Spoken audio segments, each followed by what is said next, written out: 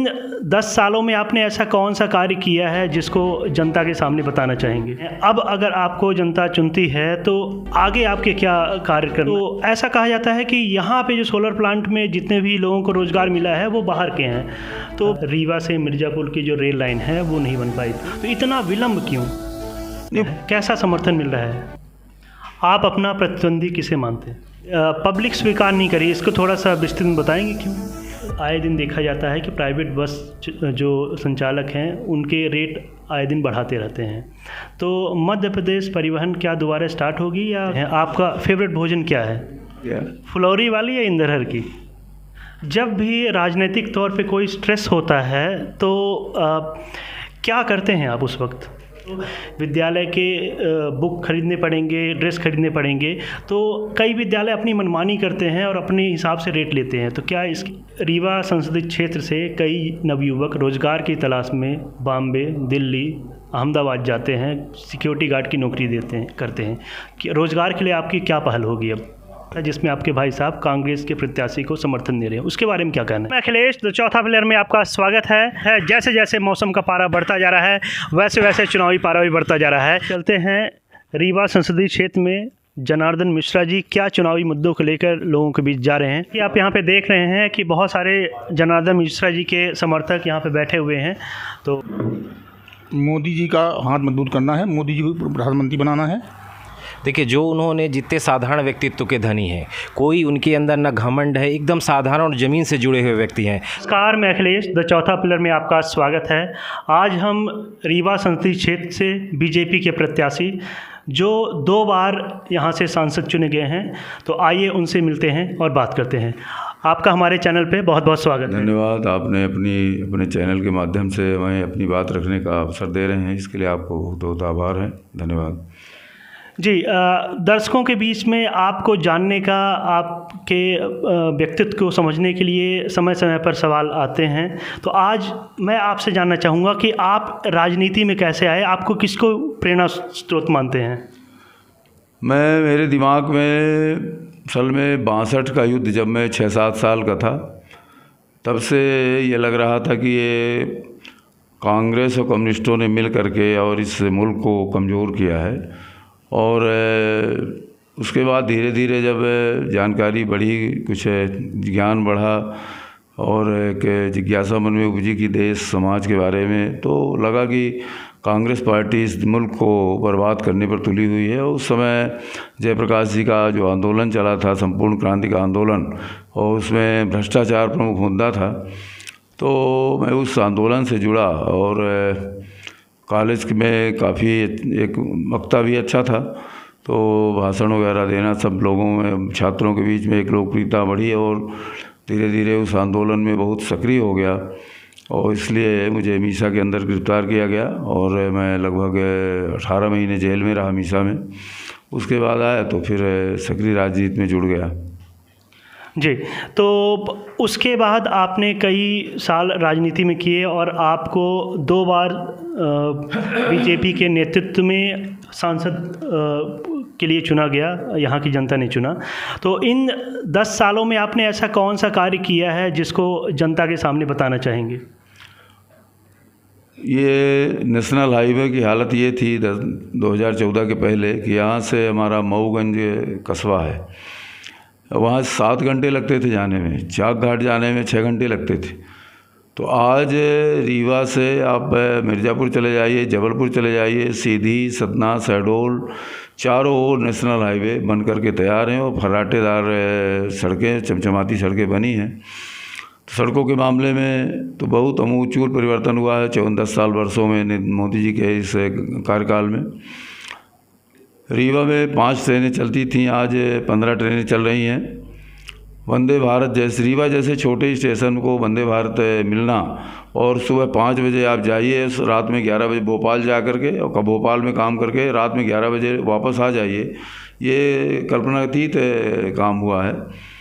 और हवाई अड्डा बन के तैयार है उड़ान के अंतर्गत।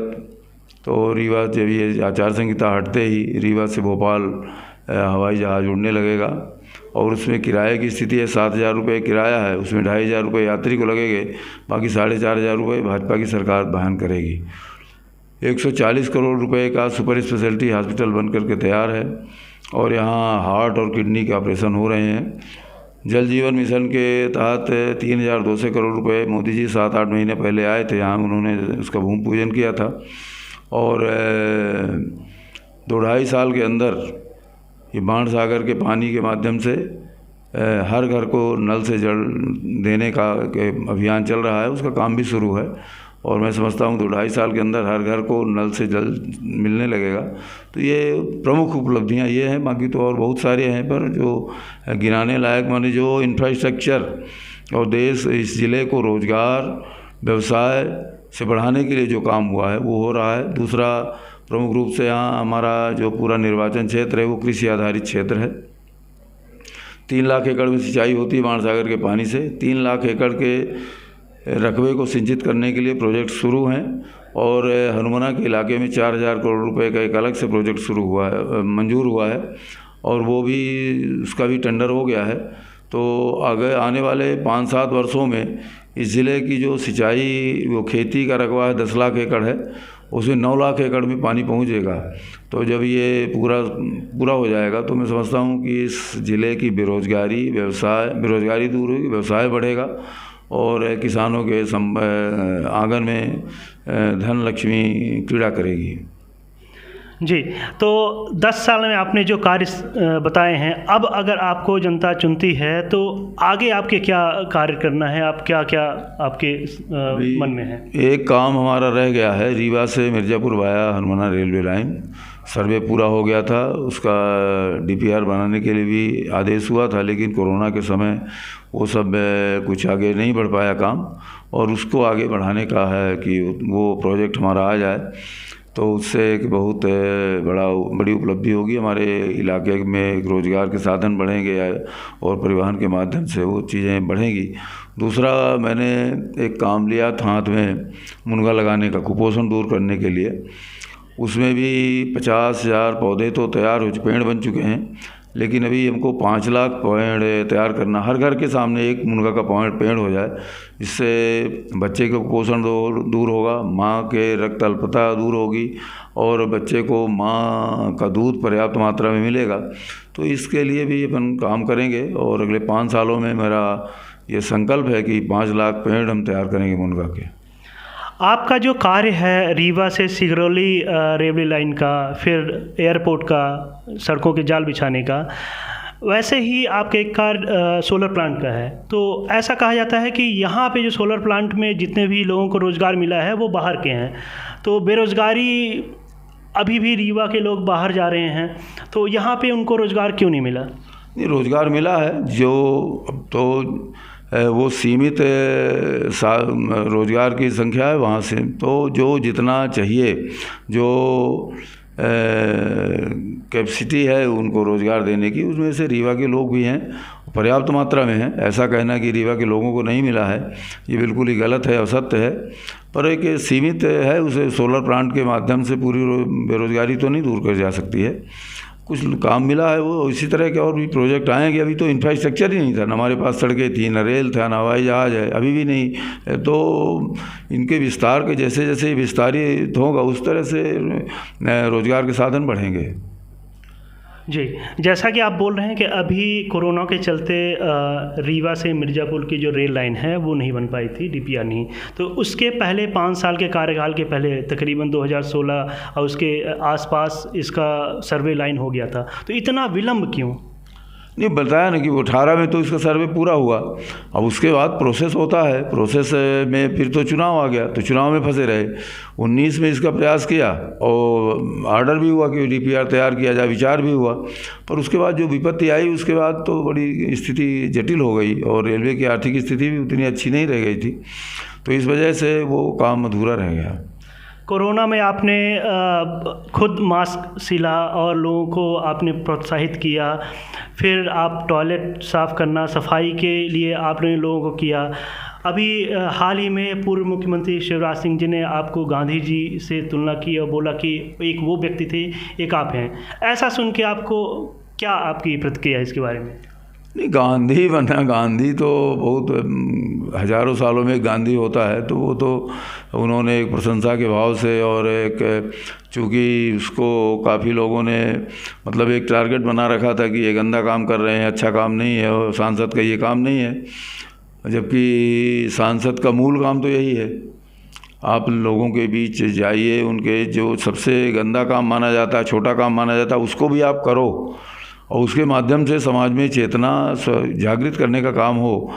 मैं समझता हूँ कि स्वच्छता से बड़ा जागरण और कोई दूसरा वाले कई जो काम हैं उनमें स्वच्छता भी एक बहुत बड़ा जागरण का काम है। और मोदी जी ने जो अभियान शुरू किया उसमें मैं भी सहभागी बना, इसके लिए मुझे गर्व है इसका। और मैं शुक्रगुजार हूँ मैं शिवराज जी का कि उन्होंने इस तरह के भाव उनके हैं।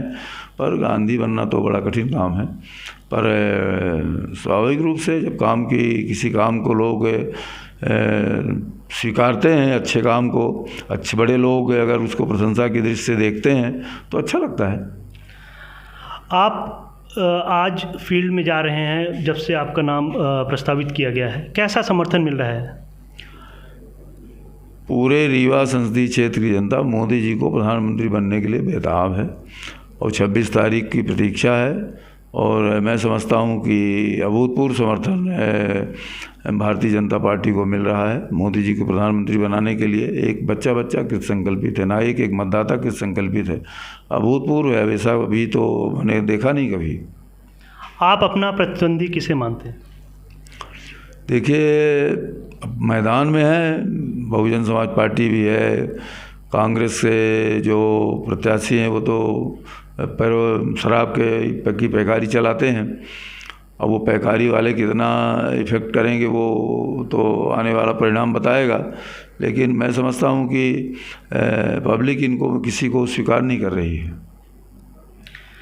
जी, पब्लिक स्वीकार नहीं करी, इसको थोड़ा सा विस्तृत में बताएंगे क्यों? क्योंकि इनका जो कांग्रेस के उम्मीदवार का जो चरित्र है, जो अपराध करके और अवैध रूप से शराब का कारोबार करके उन्होंने जो अकूत संपत्ति की तमाम लोगों में नशे से सरोवर कर दिया, नौजवानों को बर्बाद करने का काम किया, तो उनको तो लोग घृणा की दृष्टि से देखते हैं। और बीएसपी का जो जनाधार है वो ख़त्म हो चुका है, उनका कोई मतलब नहीं है। तो इस तरह से मैं समझता हूँ कि पब्लिक दोनों को नाम जो मतदाता है उनको स्वीकार नहीं कर रहे हैं। तो इसका मतलब इंडिया अलायंस जो है ये मोदी के विरुद्ध में जो सभी को ये गठबंधन किए हैं, ये प्रतिद्वंदी हैं कि नहीं है? नहीं, इंडिया अलायंस को तो लोग मजाक कर रहे हैं, इंडिया अलायंस का तो आपस में ही लड़ रहे हैं। कहीं तो यहाँ तो इंडिया अलायंस का कहीं कोई नाम ही नहीं ले रहा। सही पूछिए तो इंडिया अलायंस का कहीं अस्तित्व ही यहाँ नहीं है। और कांग्रेस ख़त्म है, कांग्रेस पर तो अपराधी और शराब के पैकारों का कब्जा हो गया है। तो मूल कांग्रेसी जो अच्छे लोग हैं वो सब किनारा कट के कई लोग तो बीजेपी में आ गए हैं, कई लोग शांत बैठे हुए हैं। तो इसलिए इंडिया अलायंस का तो यहाँ कोई अस्तित्व ही नहीं। अब बाकी दूसरी पार्टियों का कोई अस्तित्व है नहीं, तो बाकी कांग्रेस ख़त्म है यहाँ, तो इंडिया और बीएसपी है ही नहीं उसमें, तो इसलिए इंडिया अलायंस का कोई अस्तित्व यहाँ नहीं है। रीवा या कहें कि पूरे मध्य प्रदेश में आजकल आए दिन देखा जाता है कि प्राइवेट बस जो संचालक हैं उनके रेट आए दिन बढ़ाते रहते हैं। तो मध्य प्रदेश परिवहन क्या दोबारा स्टार्ट होगी या कानून कुछ ऐसा आएगा जिससे कि इनके किराए पे एक मापक दंड किया जाएगा? इसके बारे में कुछ कहना चाहेंगे? अब दोबारा परिवहन मध्य प्रदेश सरकार शुरू करेगा, इसके बारे में तो अपन नहीं कह सकते, लेकिन किराए का निर्धारण जरूर होना चाहिए और वो अपन उसके लिए बातचीत करेंगे कि किराए की सूची टंगी रहे और उचित किराया जो हो वो निर्धारित हो जाए। आप फील्ड में जाते हैं तो आए दिन दोपहर को आप मध्याह्न भोजन करते हैं, आपका फेवरेट भोजन क्या है? अब उस समय तो जो जिसने दे दिया। वैसे हमारी कढ़ी जो है वो सबसे पसंदीदा भोजन हमारा कढ़ी है। तो कढ़ी मिल गई तो फिर तो कहना क्या है, अब नहीं मिली तो जो मिल गया वो मिल गया। फुलौरी वाली या इंदरहर की? फुलौरी, रसाज। रसाज हमको सबसे ज़्यादा पसंद है और इंद्रहार भी है, लेकिन जो रसाज में आनंद है वो अलग ही है। जब भी राजनीतिक तौर पे कोई स्ट्रेस होता है तो क्या करते हैं आप उस वक्त? अध्ययन, किसी महापुरुष का जीवन चरित्र या कि आध्यात्मिक पुस्तकें, इस तरह से पढ़ने में शांति मिलती है। स्कूल के एग्ज़ाम ख़त्म हो गए हैं, 10वीं 5वीं के रिज़ल्ट आ गए हैं। अब अभिभावक के मन में एक डर सा है या परेशानी है कि अब फिर से सेशन स्टार्ट होगा तो विद्यालय के बुक खरीदने पड़ेंगे, ड्रेस खरीदने पड़ेंगे। तो कई विद्यालय अपनी मनमानी करते हैं और अपने हिसाब से रेट लेते हैं। तो क्या इसके बारे में कुछ कानून लाना चाहते हैं या कुछ सुझाव? बिल्कुल, ये तो इसमें तो अभिभावकों को पूरी स्वतंत्रता होनी चाहिए। वो चाहे जहाँ से किताब ले लें, पुस्तकें खरीदें, जहाँ से ड्रेस खरीदें। और अगर ऐसी कोई इस पर हम अपन चर्चा करेंगे, क्योंकि ये तो प्रदेश का मामला है, प्रदेश सरकार से, मुख्यमंत्री जी से इस बारे में मैं बात करूँगा। हमारा एक लास्ट सवाल ये है कि रीवा संसदीय क्षेत्र से कई नवयुवक रोज़गार की तलाश में बॉम्बे, दिल्ली, अहमदाबाद जाते हैं, सिक्योरिटी गार्ड की नौकरी करते हैं। कि रोज़गार के लिए आपकी क्या पहल होगी अब? सबसे पहला तो अगर इस ज़िले को, इस कॉन्स्टिट्यूंसी में 9 लाख एकड़ में पानी पहुंच जाए तो मैं समझता हूं कि आधी बेरोज़गारी तो अपने आप दूर हो जाएगी। और इंफ्रास्ट्रक्चर हमारा जितना डेवलप होगा, जैसा मैंने पहले आपसे भी निवेदन किया कि अच्छी सड़कें, अच्छी रेलवे कनेक्टिविटी, हवाई जहाज़ की अच्छी कनेक्टिविटी हो जाए तो व्यवसाय यहाँ आएगा। और उसका हुआ भी है, हम सड़कें बन गई हैं तो अब देखिए हमारा रीवा का जो पूरा इंडस्ट्रियल एरिया वो पैक हो चुका है, गुड़ का इंडस्ट्रियल एरिया करीब करीब पैक हो चुका है। मऊगंज और त्योंथर के इलाके में इंडस्ट्रियल एरिया में भी बुकिंग शुरू हो गई है, तो व्यवसायी आना शुरू हो गए हैं। जितने जैसे जैसे हमारा इंफ्रास्ट्रक्चर बढ़ेगा उस तरह से व्यवसाय बढ़ेगा। पर्यटन के क्षेत्र में हमारे यहाँ बहुत प्रचुर मात्रा में संसाधन उपलब्ध हैं। तो जैसे जैसे इंफ्रास्ट्रक्चर डेवलप होगा उस तरह से रोज़गार अपने आप उपलब्ध होते रहेंगे। लास्ट सवाल, जैसा कि आप जीत का वादा करते हैं और जीतेंगे, अभी हाल ही में एक वीडियो वायरल हुआ था जिसमें आपके भाई साहब कांग्रेस के प्रत्याशी को समर्थन दे रहे हैं, उसके बारे में क्या कहना है? अब वो हर आदमी स्वतंत्र है अपना अपना। हमारे तो मैं तो इकलौता अपने माता पिता का पुत्र हूँ। मैं एक भाई एक बहन था, बहन हमारी नहीं रही और मैं हूँ, और बाकी उनका है। तो वो अपना, वो पहले भी HMS में काम करते थे, भाजपा विरोधी मानसिकता के व्यक्ति हैं, तो अपना वो कर रहे हैं, उससे हमको क्या उनका है।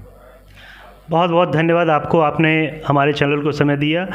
आपको जीत की अग्रिम शुभकामनाएं और बहुत बहुत धन्यवाद। बहुत बहुत धन्यवाद आपका भी, आपने हमको अवसर दिया अपनी बात रखने के लिए। इसके लिए आपके चैनल का आपका बहुत बहुत आभार।